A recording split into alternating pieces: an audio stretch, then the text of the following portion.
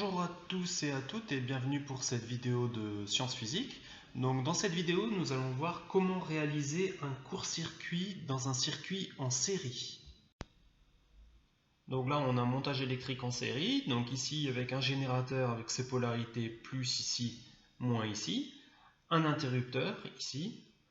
Et deux lampes montées les unes à la suite des autres. Donc on a un générateur, un interrupteur et deux récepteurs.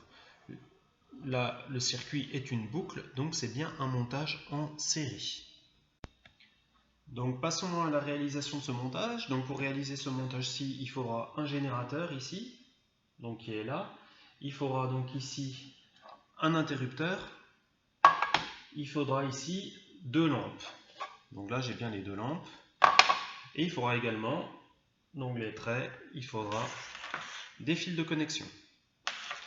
Donc si je commence le circuit, donc je commence ici par le générateur borne plus, je le raccorde à mon interrupteur. Donc là je repère ma borne plus, la cause rouge ici. Je vais à mon interrupteur ici, donc par un fil.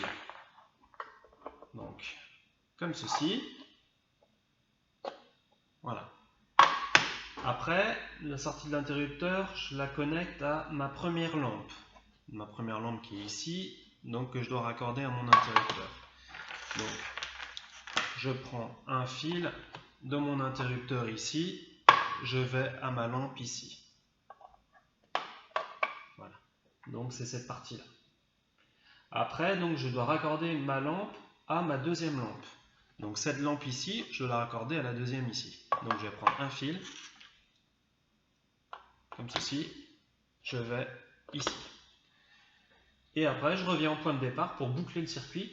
Donc de ma lampe, ma deuxième lampe, je reviens au point de départ au générateur dans la cause bleue ici, dans le moins.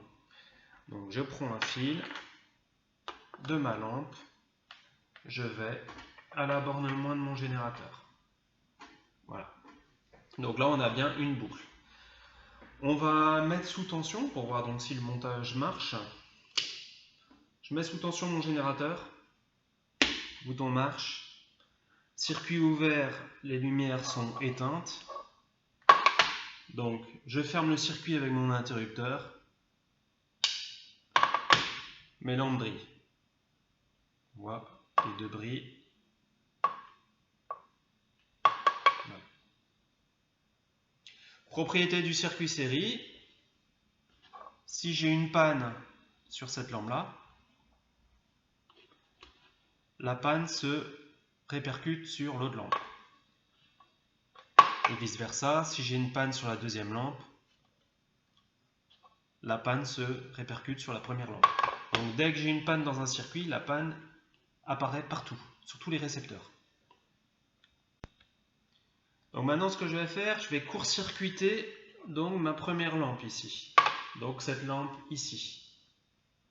Donc comment est-ce qu'on fait pour faire le court-circuit? Donc en fait,